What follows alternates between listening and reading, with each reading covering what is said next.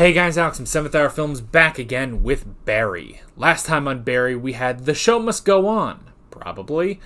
So yeah, that was interesting. We started off season 2, kind of dealing with the fallout of Janice's death, Jean losing it, and was going to shut down the acting school, but Barry didn't want him to do that. And instead, use the acting, talk about your feelings and stuff.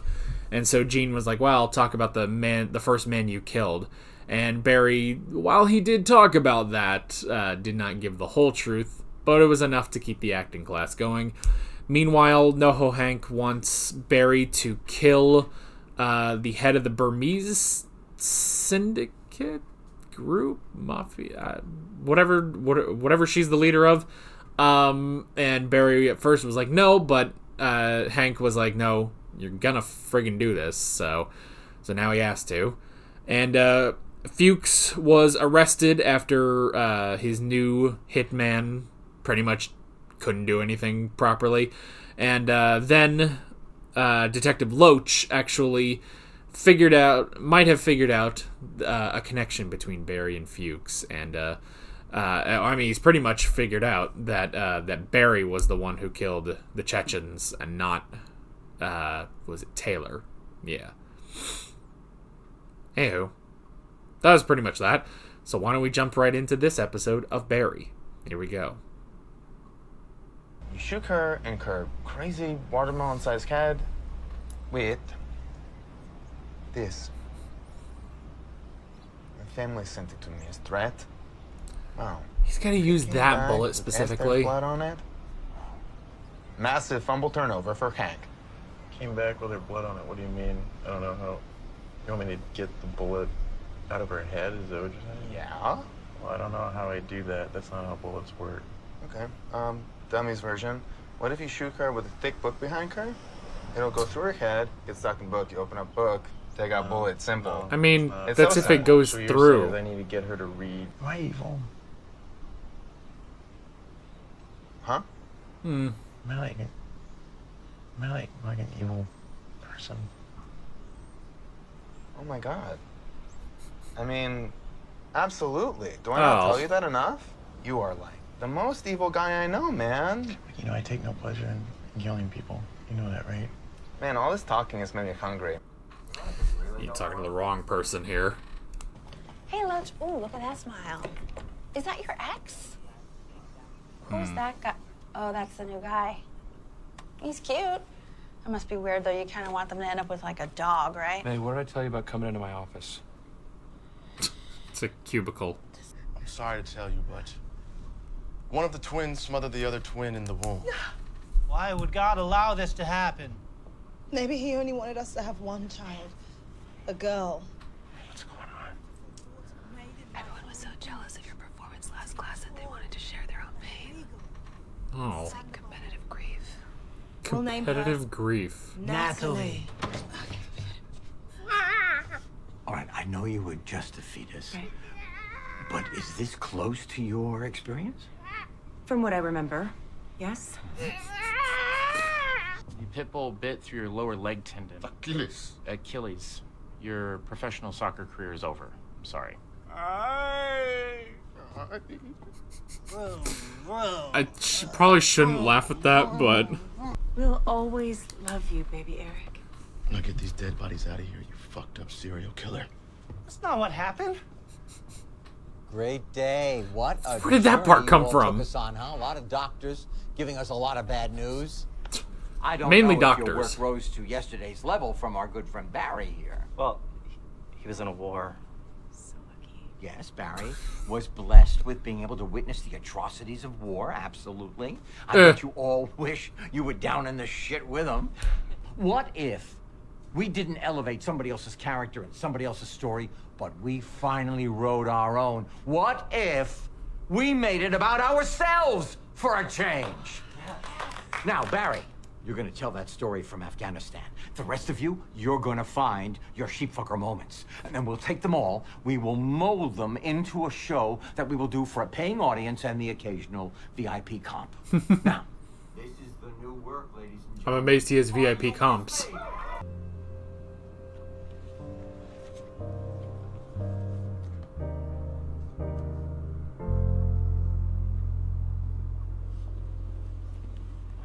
Oh. Mr. Cousineau? Hey, Private Pyle. There's just a genuine picture of Henry Winkler a long time ago. Mr. Cousineau, I don't really have to tell the story I told yesterday in front of an audience, do I? Of course not. Oh, good. Thank you. No, that version is just the beginning. Shit. See, during rehearsal, and this is just my See, I want to do the story about meeting you. Go on. Yeah, you know, just being in this class and seeing you teach and... So you want to tell the story of meeting me? Yeah. I'll allow it. Oh, good. That's great.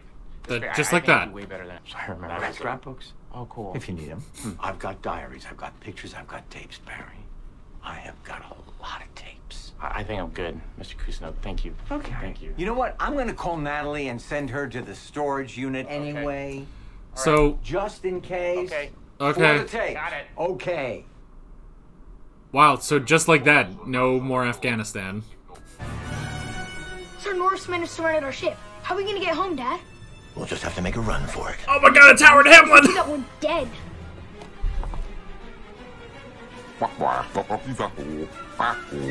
Thanks, babe. Oh! Wait, I want to see more of that.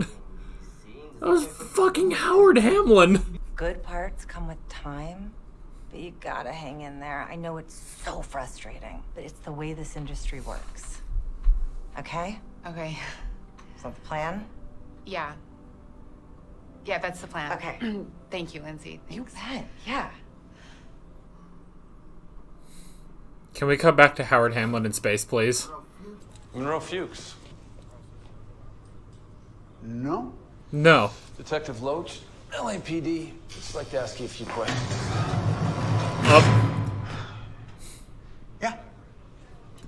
Yeah, he was gonna go back to jail. Mr. Fuchs. My tooth, this one, I woke up and it was gone. No idea where it went. Oh my god, this guy is such a fucking idiot. No idea. I'm actually a little light. Can I get you tomorrow? Sure. Yeah. Word. Oh, God damn it, it's happened again. Yeah. You really aren't good at this. Oh, so Barry had to get a... that makes sense, that without the assassin money, he needs to just get a room in Los Angeles. That is a pretty decent room for LA. Damn. What a great place to hide that shit.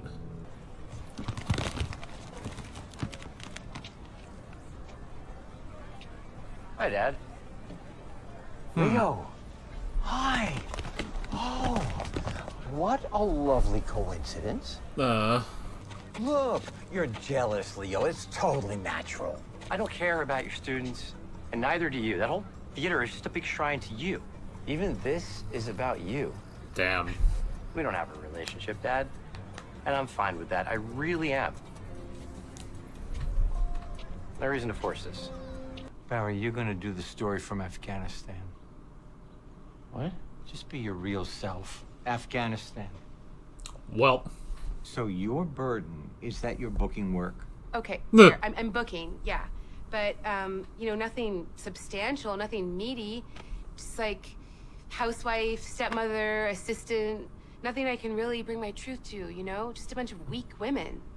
Oh, you don't like weak women. You can't bring your truth to them. No. Why? What do you mean, why? I'm a very self-sufficient person. Oof.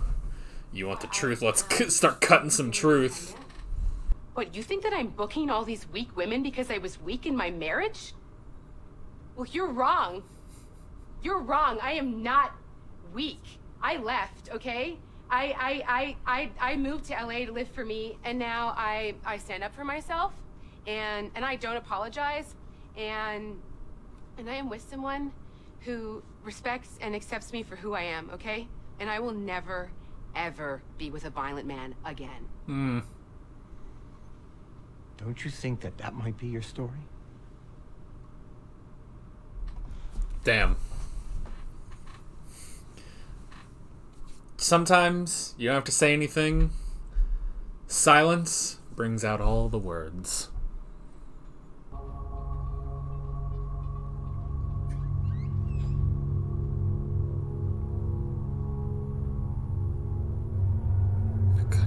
What if he opens the door and she's not there again? Okay.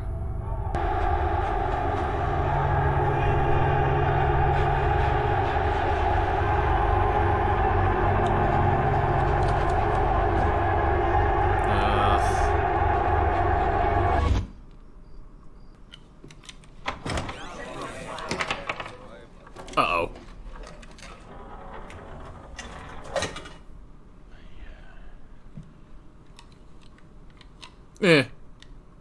Just no. Bye.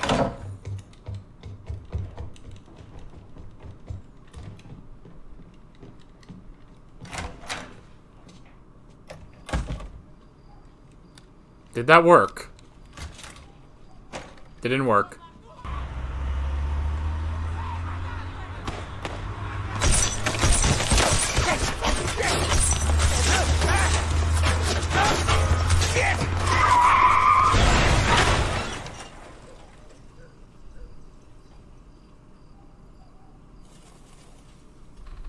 Oh, Barry. Oh. Fuchs? Yeah. Did you kill a fucking cop? That's all. Huh? Did you? Because they think I'm involved, and I gotta fucking know exactly what happened, what the fuck you did. You gotta go, Fuchs. You gotta go. No, I could go to jail. You don't ambush me like this. No, I'm not ambush I mean, you gotta go. To fucking jail. I don't care. Flying to Los Angeles isn't good. Man. Fuck off.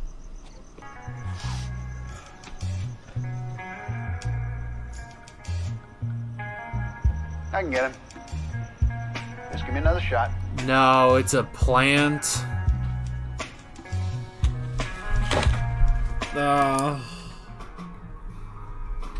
Oh, great. Oh, boy. Well, Fuchs will do anything to save his own ass. Fuchs will do anything to save his own anus. Oh, Barry, Barry, Barry. Just more and more trouble. I mean... Okay, so... Presumably then, Fuchs spilled everything about Barry to Loach. I mean, one man's confession is not enough. Especially you don't know if he's admitting to... He can't admit to the crime of killing Janice. So now, as a deal, they're working together to out Barry, but Loach has to know then. And I mean, because that's also a bit of a tip-off. He's coming in, you know, with a bullet wound, basically. I mean, with every passing episode, I'm just sort of sit here and be like, Barry should have left. Barry should have left. But that's the thing. That's the whole point of this show, is that it's like, yeah, Barry could have done a lot of things, you know? Barry could have done a lot of things that wouldn't put him in this particular situation, you know? The problem is now he also can't leave, because if he can't take out Esther, then Hank tells Pizar's family, and then they just completely destroy Los Angeles, basically, looking for him. That was his chance. That was his chance to do something, but he couldn't do it. And I mean, you know, I feel like, I don't know, it's kind of like waking up a sleepwalker, I feel like, you know? Where if you have someone sleepwalking and they go for so long, waking them up can be kind of tricky, you know? And then once you wake them up, they are so disoriented of where they are, you know? And they have to figure a lot of things out of where they are, especially if there's no one there. If they just wake up and they're just somewhere else, you know? And I feel like that's kind of like Barry. Like, he was sort of sleepwalking as an assassin, killing all those people. But now he is awake. And now he has to think about what happened during that time. During that time he was asleep, you know? He's thinking about those sheep herders that were out in Afghanistan. He has to think about the people he's killed. He's got to think about Chris, I'm sure. An innocent man he just killed in cold blood, basically, you know? He's got to think about, you know, what does that mean for him? Is he an evil person? He has to think about the people around him. Does he put them in danger? He has to think about Sally, you know. She got out of a relationship with a violent person. Is Barry like that now? You know? So it really is that. It's like he was a sleepwalker. But now he is awake and he has to figure out what to do with this situation. But he's got a lot of problems to work on now. Basically no allies. Like, that's an interesting thing. Like, he basically has nobody anymore, you know? Because there's nobody that knows about what he does that is an ally to him, you know? Because, I mean, you've got Hank. Hank, who does like Barry, but at the same time, you know, he's like, yeah, you are evil. It's great. You are a great evil guy, you know? So that doesn't help him at all. And then the only other person who really knows is Fuchs, but now Fuchs has just completely turned on him, you know? Reminds me just a little bit of Mr. Robot, of like, here's this like sort of father figure character, and now after the first season, it's like their role has completely changed. And I don't think that like gives too much away about Mr. Robot, but a similar thing kind of happens there, but to a very different extent than it does with Fuchs. But yeah, but now Fuchs, I mean, again, like, you know, at first you're kind of like, well, maybe he does want to help, you know? But you do kind of question, like, because it's like, okay, but if you took a flight from Cleveland to Los Angeles, that would alert someone, namely Loach, you know? Like, that would alert someone that you would go see Barry, but that's the thing. Maybe Barry even thought of that, you know?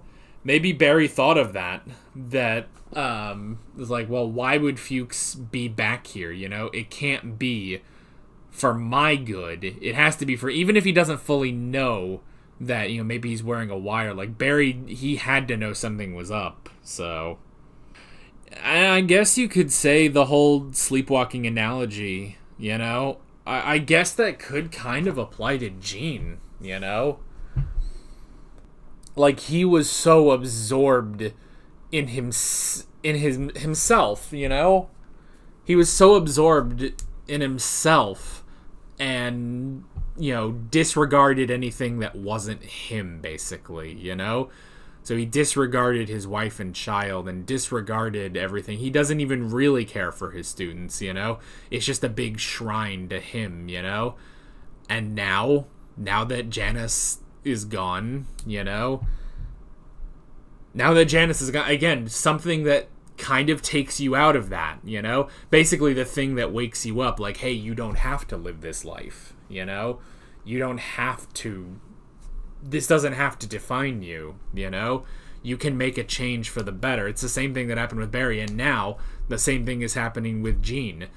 And so now he's looking at it, you know, he thought, you know, maybe he could go reconnect with his son, but now he's looking at it like, no, I need to make changes to my life. And so, you know, where originally there was no question, if Barry wanted to change it to be about Gene, he was like, yeah, go ahead, I'll get all the tapes, we'll do everything, because it's about me, you know? Like, no question, not even a concern about, like, well, this is about, you know, the grief and your story, and so wouldn't that be Afghanistan for him? But now, after hearing that, you know, now that he is sort of awake and aware, he goes to Barry and is like, no, you're doing Afghanistan, you know? So in that way, there is a parallel between Barry and Gene, and I really enjoy that, you know? And that is one thing. That is one thing with this show, because this show, it's good, but there are times where I kind of look at, you know, like, oh, Sally, you know, watches her reel where she's just the alien wife of Howard Hamlin, which that was amazing. And it's like, oh, you know, she's upset that she's not getting these big acting roles. And I kind of sit here and I'm like, yeah, look, we've got other things to do. Like, there's Hank, there's Loach, there's Esther, and all of Barry's trauma that he's trying to deal with. You know, it's like, look, Sally, I get it, but got other things to do. So I'm glad, and they do go into it a bit more here, you know, of like, you know, which that was a great scene. I like that Gene just wasn't talking during that, you know? I like that he just wasn't talking during that, and Sally just laid everything out, basically, until Gene finally said, shouldn't that be your story, you know? So I like that. I really enjoy that, you know? And it does lend some more credibility to the whole, you know, with that stage, they can work out a lot of their emotions, you know? So that is really good. But yeah, it's one of those things where sometimes I look at, you know, some of the stuff Sally's going through and being like, okay, I'm sorry, but you are kind of low priority on the plot. And I hate to say that because I like Sally, but I'm glad that they had that moment, and I'm glad that they're doing more with Gene and having that parallel. Because that was actually something interesting when we watched Better Call Saul, and I'm bringing this up because I'm rewatching Better Call Saul right now. It was always interesting how there were sort of two plot lines going on. There was something going on with Jimmy, and there was something going on with Mike. But as you kept going, you did see there were always parallels between Jimmy's story and Mike's story, you know? And that was always really interesting, watching that. So I'm glad to have that sort of parallel here where, you know, Barry is going through this whole thing. You know, he was sleepwalking, now he's awake, and he's having to deal with the choices he's made. And Gene basically going through the same sort of thing, even though, yes, what they're going through is very, very different, you know? But it is just really interesting that way. So I really enjoyed that. That was good. And then, yeah, I guess everything else, I guess that's pretty much everything. I mean, there's the everything of, you know, the competitive grief and stuff like that. Which, again, you know, there was stuff to some comedic effect in this episode, which is good. Because, I mean, that's been the thing, is as the episodes keep going on, this becomes more drama than comedy. But sort of, it still has just that little bit of dark comedy in it, which is good. And yeah, like, even at the beginning when it's like, you know, oh, Natalie, you know, when she was in the womb, she smothered her, you know, twin sibling, and she was the only one who was born. But at the same time, it's two people, like laying down on blocks, and then they pick up a full-grown man, and he starts making baby noises as they mime out being born. There's something kind of dark but funny about that, you know? So I like that they do kind of keep some of that, you know? I like when they do bring back some of the humor of it. But I'm glad that it's not just, you know, humor all the time to the point that you can't take it seriously, but it's not drama all the time to the point where, I don't know, I guess it's a buzzkill, basically. So, like, they put it in it at smart places, which is good. So yeah, really, really good episode. I really enjoyed this. And yeah, again, just finding that parallel between Barry and Gene, I think is just really great, you know? So, yeah, good stuff. And I'm excited to see where we are going next time. But that is basically it. With all that being said, I'm Alex from 7th Hour Films, and I will see you guys next time. Take care. Alright guys, thanks for watching this video. There's a bunch of links on screen if you want to go click around any of those. There's a playlist with all of my Barry reactions, as well as another video you can go click on if you want. There's also a subscribe button and a Patreon button on screen, as well as other links in the description if you want to go check out any of those. See you guys later.